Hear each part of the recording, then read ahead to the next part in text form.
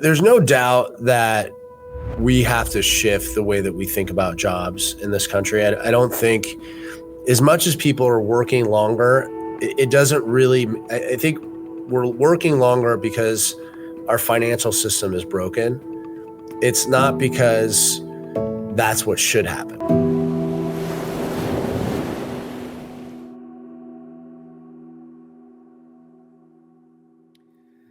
Hey, Inspired Tribe, my fellow freedom lovers. John Nolan here. Thank you so much for tuning in to another Inspired Conversation.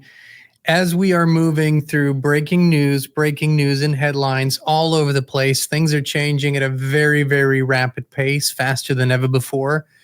And it is on all levels, specifically and very especially, we see this also in the financial markets. Clearly, there's a big transformation going on, and we don't know exactly when, but we will shift into a completely different financial system in the very, very near future. Now, in addition to that, a lot of other things are happening that people that are worried about their money or want to make smart investment moves and want to make sure that they can weather these storms or even profit or thrive through them. If that's you, then this conversation will be for you. And I couldn't think of a better partner to talk about this than the founder and CEO of Noble Gold Investments, Collin Plume. It's great to have you back, sir. Thank you. Yeah. You know, it's one of these things that's interesting when you talk about money. I was talking about it with my wife, that she was saying, we were at a party a week or two ago, and she was saying that people always come up to me and they ask me about things with money. And she asked me if it's uncomfortable, because people will just tell me way too much information. And it used to be, but I've realized as my role in life has changed that part of my ability in the world is to try to give people some calm and peace of mind. I think that's the one thing that being tied to the precious metals business is that people think, they used to think I was a little bit of a crackpot, and now they think like I'm more of a steadying force. Like they understand that this isn't the get rich quick investment. This is more like play the long game. And so people will, talk to me about their jobs. They'll talk to me about, what they have invested in and ask me questions. And they know also that I've done everything and I am diversified, and I do, I try to be a little bit more pragmatic in my approach. And so it's interesting, but this conversation should be a good one. It should be informative. We don't want to give anyone any heart palpitations. There are things out there in the news that could give you heart palpitations, especially if you're so dialed into social media and those things. I mean, man, the noise is just unbelievable. How noisy it is out there. So I highly recommend anyone that's listening to this to get off any, don't be tied to it every minute of the day, because it's wild what it can do to your brain. I don't know. There's a good book. We've never talked about this, but it's called The Anxious Generation. And it talks about what happened in 2007 with children, and children's became anxious. They became anxiety. Everything that we're seeing today was revolved around the addiction, the addiction of that. And they didn't know then because they didn't know anything about it. They didn't have any of the information. But this writer, I can't think of his name, he came out with this book and kind of lays out the whole story of why, we've seen a big change. And, it's really interesting because I think adults get caught up in it too, where they're getting so much and they're not getting the right information and they don't know how to process it. So, my goal is always to take a lot of information, condense it in a way that people can understand it and digest it. And I think that's always been the thing that I've been able to be really good at, is just like simplifying things so people can understand it. And also maybe just the fact being in the gold business, it drew me to that because it is a simple thing that we're doing. It's, it's needed in the world. People want it. It's been around for 5,000 years. It's in the Bible. So there is some kind of truth and simplicity to it. So it's always good to talk to you and talk about these things, but it's definitely a challenging time if you can't get, put the noise away and not, focus. It's insane, literally, because it's all dopamine driven, and we could do a whole segment just on this, and we do, because you're so correct on this. And the social media companies today, the folks that they're paying the most money to are the ones that make sure that you stay on the device, you stay scrolling. Correct. That's who are they paying the most money to. So, that being said, when we talk about precious metals, there's this perception, especially in the last years, because people know and expect that the digital financial systems will take over. In Europe, you have the CBDC. In Asia, you have CBDCs. Here in the United States, it's not called that, and it's more leaning towards crypto. But all that usually puts people in a place where they say, well, gold, silver, that's all not going to matter anymore. It's not going to be a thing anymore. We're going into digital gold. But the markets are actually showing the exact opposite. They matter more. And even in tumultuous times, we have trade wars, we have tariff wars. I mean, some of the most transformational shifts that we've seen in international relations in decades are happening. And yet gold and silver are really holding strong, and in some instances even breaking ceilings. Why does that matter? What is the signal here that people should pay attention to? Yeah, there's a great video this guy I just watched about, he buys from Walgreens, and he's able to replicate his cart from 2.5 years ago. And so he bought groceries and he replicates the cart, and the cart prices of his groceries, normal groceries, and Walmart's supposed to be the low cost place. His cost of the same items from 2.5 years ago are triple the price. And this is the problem today with, the reporting that we get out there. Triple the price. Triple. Yeah. I mean, for all intents and purposes, this is a 300% inflation. I mean, you can name it any way you want to. Right. But these are consumer products, not fashion products that have any other value than.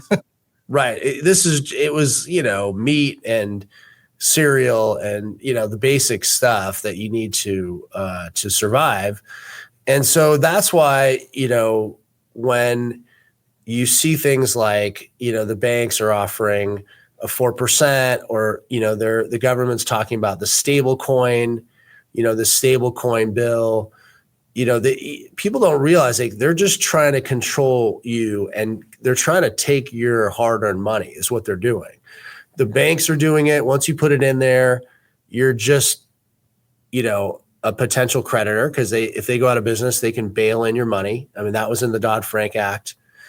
They can actually take your money. It's legal. It's law. People can look it up. The bail-in is not a figment of our imagination. So you have that happening. Now you have this genius bill, that made it seem like they're trying to make crypto safer. But actually what they're trying to do is get you from crypto into an asset that they have more control over, because the stable coin in the bill, the way it's set up, is they want it backed by US dollars or short-term treasuries. So it's another way for them to get you out of the crypto system, which is not controlled by them completely yet, into another area that they have more control over because it's backed by the dollar. So everything is created around the government controlling, or the banks controlling and having control of your assets, which is a big reason why people are quite concerned about what's happening. Because if everybody continues to use these institutions and they can legally take your money, what's to say that they won't do it when somebody finally says the US debt has gone out of control and we want assets? We need to get paid back. When does the music stop? And I think that's the big issue with these bills and these institutions, and the banks are offering 4% and everybody thinks it's great, but you're giving the bank the ability to go out and make 20%, and they're giving you a penance on that at 4%. That's the game that they're playing. And what people don't know, sorry to intersect here, is in 2020, quietly during the COVID crap, the Federal Reserve is setting the rules for the banking system, and so they lowered the reserve requirements to zero. So what that means, there's nowhere else to go for banks. They don't have to hold any reserves, literally. Right. So this has now gone into the insane phase where there's nowhere else to go. And like you say, something unexpected happens. There's a little too much default here, and boom, the house of cards falls, and it's over. Yeah. And to further your point, they said they don't have to hold any reserves. But then this year, the Basel III came in and said, but if you're going to hold reserves, you got to hold gold, and it's got to be real gold. So they're setting up their rules for the banks to give them some protection if there is a new currency that comes in, or if we do. And right, you were saying about CBDCs, they're not here technically yet, but the stable coin is sort of a replacement for the CBDC, right? I mean, it's a different name for a very similar product. It's a very similar idea. The idea is very similar. It's a placeholder, right, to get people's money in. So I think if you map this all out and you kind of look at what's happening, how they're trying to put your money in certain boxes, the last thing they want you to do is put money into gold and silver, because this is the thing that they don't have control over, right? And I even think if you think about money, if you keep thinking about it, which I do all the time because it's just the world that I'm in, it's so telling that the government did not do the audit of Fort Knox. Because they basically were saying that they know that if they do that, the dollar will crumble. They know that it'll affect the dollar, because the last time they evaluated that gold, it was at $42. They'd come back today at, let's say, 4,000. Now they got $1 trillion on the books, right? $1 trillion. And they would show that this gold is worth $1 trillion. What's our money worth, right? What's our money is just losing value. They don't want to highlight the yellow metal and put it in the forefront. And that's why they didn't want to do the audit. They realized after, President Trump and Elon Musk got together, they realized we will destroy every market that we've had if we do this recalibration of gold. It'll drop the market considerably. So they obviously switched their tune, and then Scott Bessent came out and said, don't worry, we did the audit, everything's fine. So there's two things. Either one, they were worried about destroying the market, or two, we don't have the gold. Either way, we don't know. We don't get the transparency that everybody wanted and asked for. So that, I think that makes it difficult, and then you have the BLS happening, where the BLS jobs report comes out wrong. So you have Fort Knox, don't worry, we have gold, put the money in the bank, we'll give you 4%, even though we're making 30%. Nancy Pelosi's making 54%. But give us your money at 4% and we'll hold it, and it's going to be fine. And then they come out with the jobs report. The jobs report is completely changed. They have to reverse course. They've been telling us all year everything's fine. Now they're telling us that it's terrible, that they've recalibrated, that basically we're down 285,000 jobs. So it's this whole story of what's happening this year. And if you look at just a timeline of this year of the information we've been fed, what they told us to do, don't worry, it's going to be safe. We have the gold, stable coin, BLS report, jobs report's wrong. Now what other reports are wrong? Is inflation wrong? 2.7, maybe that's wrong. Is corporate data? Given what your guy said about his grocery cart, it's definitely wrong, because realistic inflation is, and you know how they're cherry picking their numbers and not using essential goods. And even if you just go through that, you will find out that the inflation is much, much higher, and we feel it. We all feel it. I mean, right, absolutely, yeah. And that'll be a conversation for another day. We'll have to dive into that even more, and I'll break down the CPI and what's reported and what's not reported. And I'll go back and there's a famous economist, John Williams, that has this, website, and he's gone back since the 1980s and shown how different the numbers would be if we used the 1980s when Ronald Reagan was in office to today. And if you look at those numbers, inflation has always been between 7 and 10%. And then a few years ago, when inflation is 8 or 9%, it was actually 19 or 20%. Based on the numbers that just using the math that we used to use, not doing anything fancy. So yeah, I think it's troubling on a lot of levels. And then you had this news report talking about how in places that typically they would be having babies, like everyone's having babies, birth rate is going down in places like Utah and, the Dakotas, a lot of these places where they typically would be having 3, 4, 5 kids, they're actually trending down. They're trending at 1.7%. So we're actually trending in a way, 2.1% is what we need to continue where we're at. We're actually trending lower on birth rate than we've had in a long time. And they talked about some of the reasoning behind that. And I think more than anything is to go back to what I was talking about early on.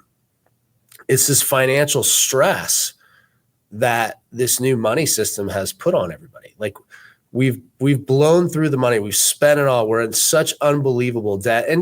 And to say that our government debt doesn't affect the citizens is not true. We all feel it. Everyone that knows what's going on is concerned about it, because you look at those charts and you go, wow, this is my debt. I'm every citizen in the US is government debt is what, 115,000 or 120,000. Everybody's part of this, what we've created. And they've just shifted the money from regular people to the Pelosi's of the world, these people that, have this unbelievable wealth. So the transfer of wealth is happening. It's sneaky through inflation. It's sneaky through these, bills that they're passing that try to give people comfort. But really, this Genius Bill is just another way to get control of our assets. And that's the thing I think you talk about, live on, is like you need to be in control, living, more off the land, living more for, having control, not taking all the information about food and day-to-day living. Like you can't take everything at face value in today's world, unfortunately.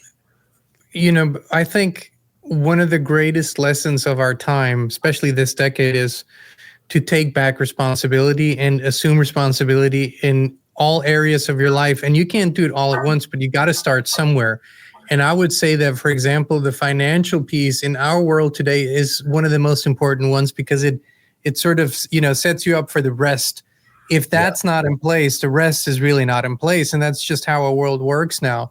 And if what you just talked about is really a systemic and a planned issue, this entire fiat monetary system it's doing what it was designed to do. Correct. And it's coming to the end. It's actually beyond the end of the cycle. Right. It was never designed to last this long. So whichever way we slice it, we're going to go, and we're already going through a very, like you said, it's birth rates are going down for many, many reasons, but also because young people don't have the perspective. They can't afford. It's not they can't afford a nice house. They can't afford a house, even an apartment, right. Let alone saving. And that drives all the other decisions. So we're actually looking more at population collapse than we're looking at overpopulation.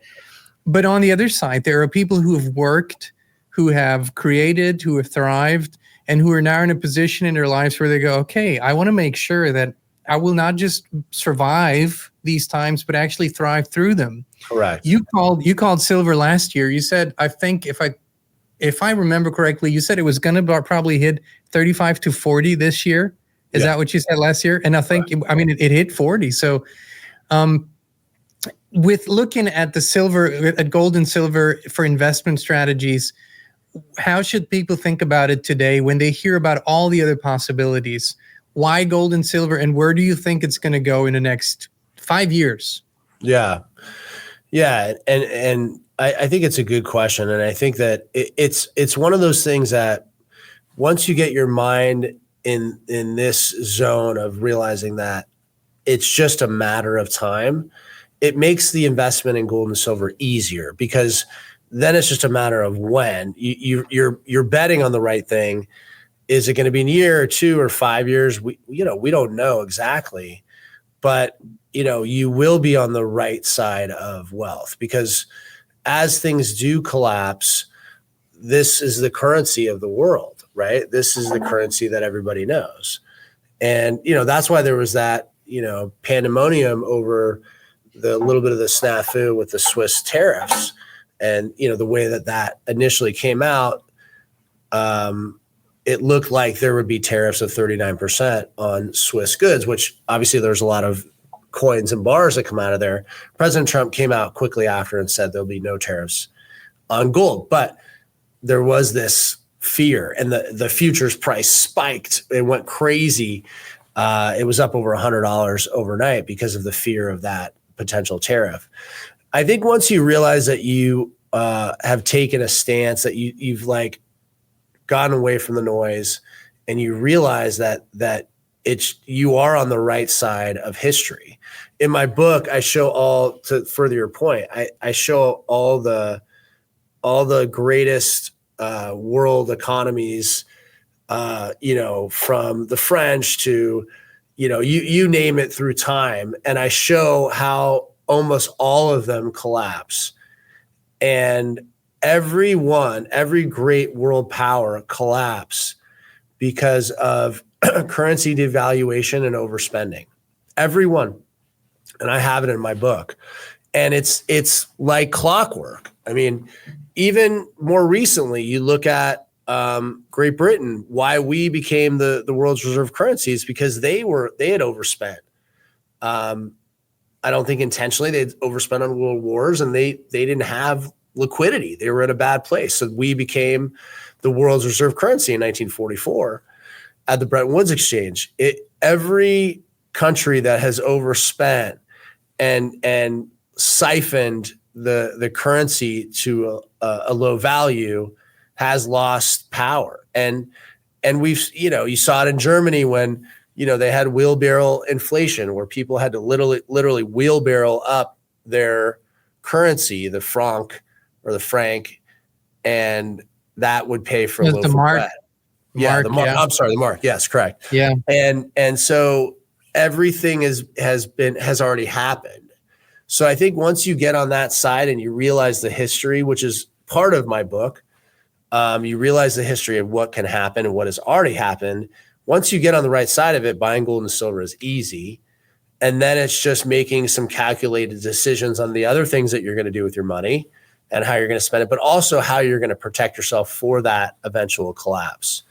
And I think that when I started, 16, 17 years ago, it was like the idea of the dollar collapse was around, but now everybody is talking about it. It's all over.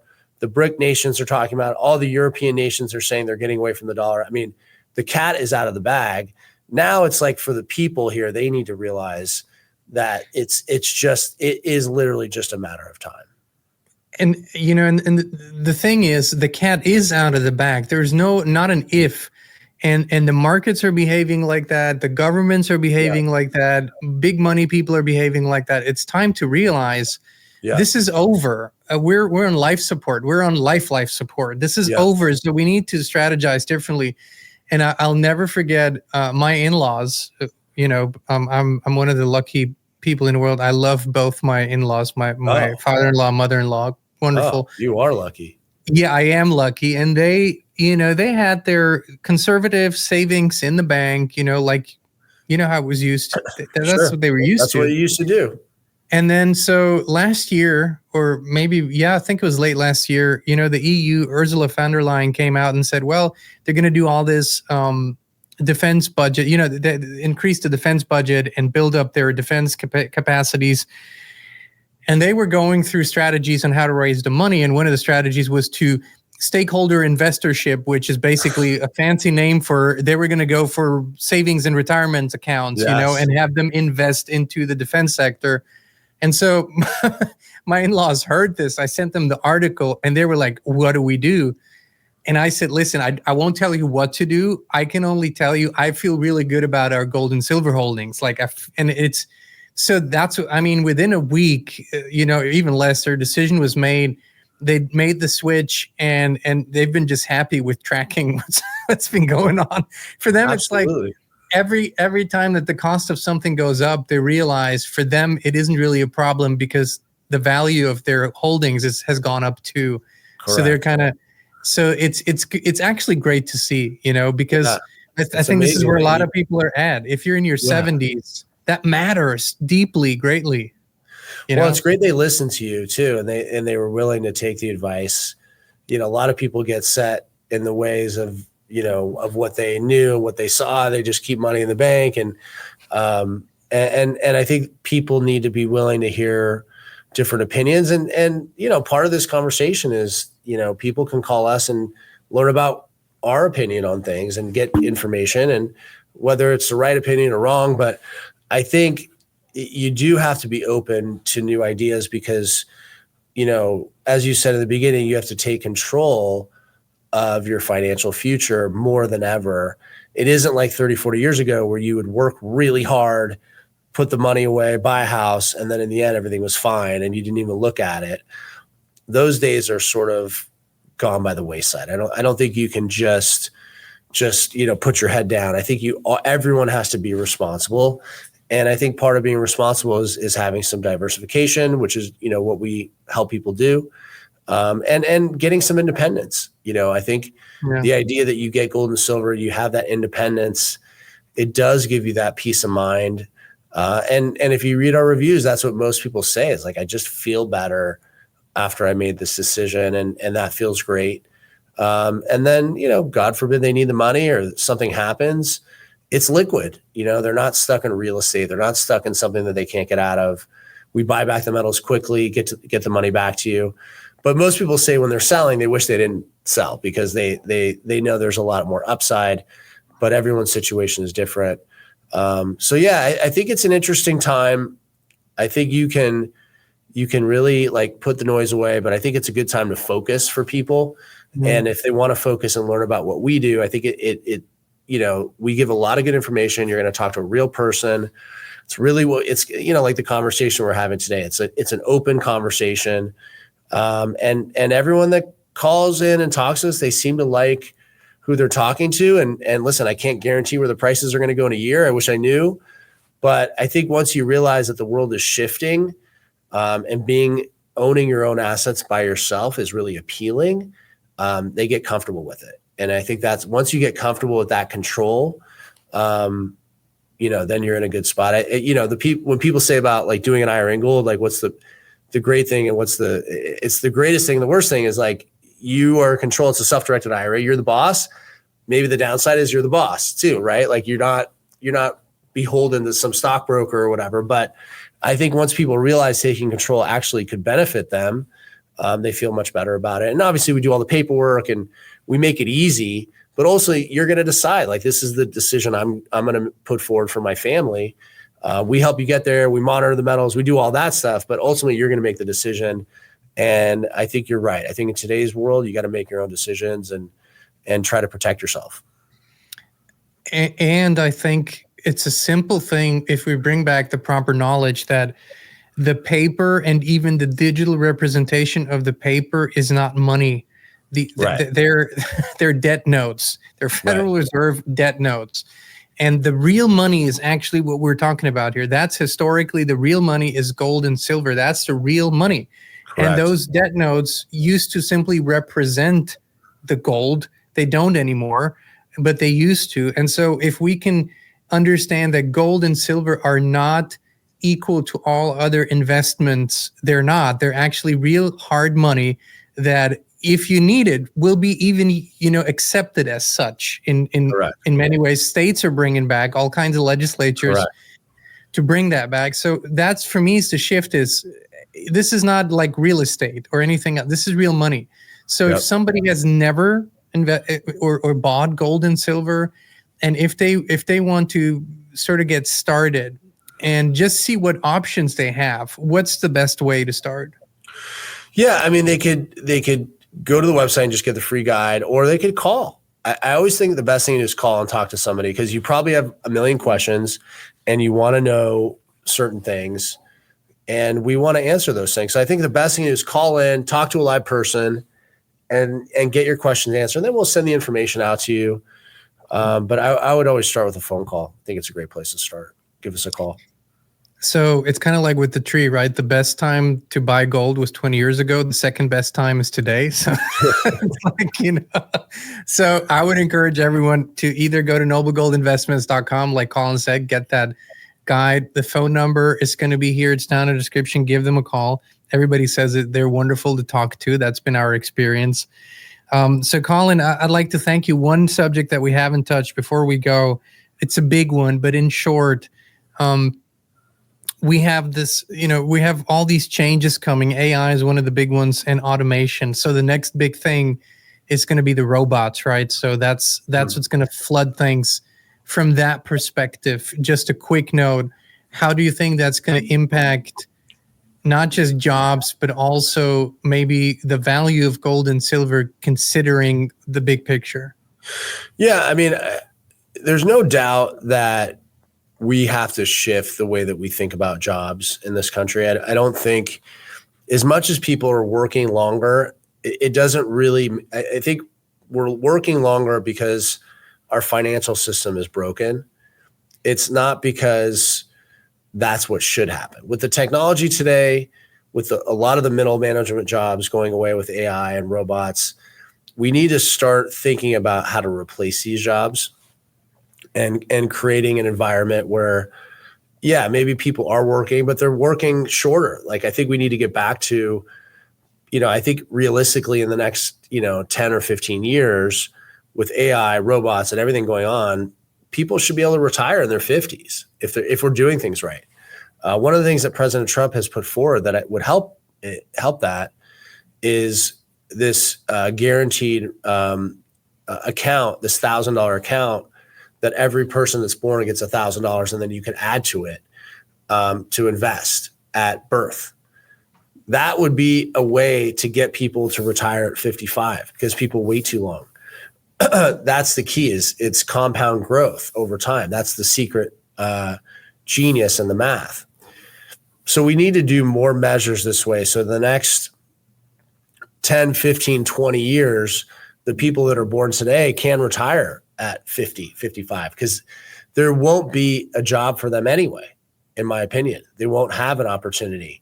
Yes, you'll have jobs that people could choose because maybe they don't want to. Like my dad, for instance, just wants to continue to work because he's a terrible golfer. But, I think he likes it. He likes the stimulation. But the way we're going in the next 10 years is that the person at 55 is going to be out of the workforce, and we need to create an environment that's feasible, that's going to work for everybody, and that there's enough income for that person that they can survive, and there's enough money being circulated out there that they, and I think, we went in the wrong direction. The idea that our economy is so strong and yet people are having to work in their 70s and 80s now is obviously we've done something wrong in this country, because that's the time they should be enjoying their lives, because they've worked hard and they've raised kids and raised a family, and they should be relaxed. So I don't know the total answer, but I know that we do need to find a way. We need to get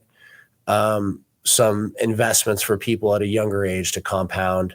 There's different ways to do it. One way that I did is I bought my kids, not that I don't think they're going to have any problem with money, but I bought them life insurance at birth, because universal life insurance grows over time.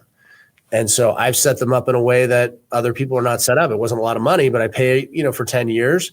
And then when they retire at, 50 and 60, they'll have this amount of money they can pull out. That was just one way. It's a similar idea to what President Trump's doing. It's just the same idea in a different way. We have to start thinking about creating wealth, compounding wealth. And it doesn't have to be a lot of money. I mean, the policies, it's $1,000 a year per kid. When they're turning 65, they'll all have, I think it's close to $1 million in there, just because you start at a young age, you start at birth, right? There's ways like this you can do to set people up in the future. And we need to continue to think about those ways. Collin, well, thank you so much for coming on, always for sharing. I appreciate your balanced and always sort of, conservative perspective in terms of the future, which I like. You're not hyping things, no, but you're also hitting the marks usually, and even underselling, which is kind of good. That's, you don't want to go too far, but I would encourage people to hop over to noblegoldinvestments.com or call them, give them a call, just talk to them. They're people, they're not AIs, they're not bots. They give real answers, and it's a no pressure environment. So you can just ask your questions and get educated. I've always said this, I feel wonderful about our holdings, and I actually That's my favorite. Even looking at silver and gold coins. So, Collin, thank you again. Collin Plume, Thanks, founder of Noble Gold Investments. Always a pleasure. Thank you. Have a good day. Talk to you soon. Yes, sir. And Inspired Tribe, thank you so much for tuning in. You know we love you. We appreciate you. And we'll be back with you again very, very soon.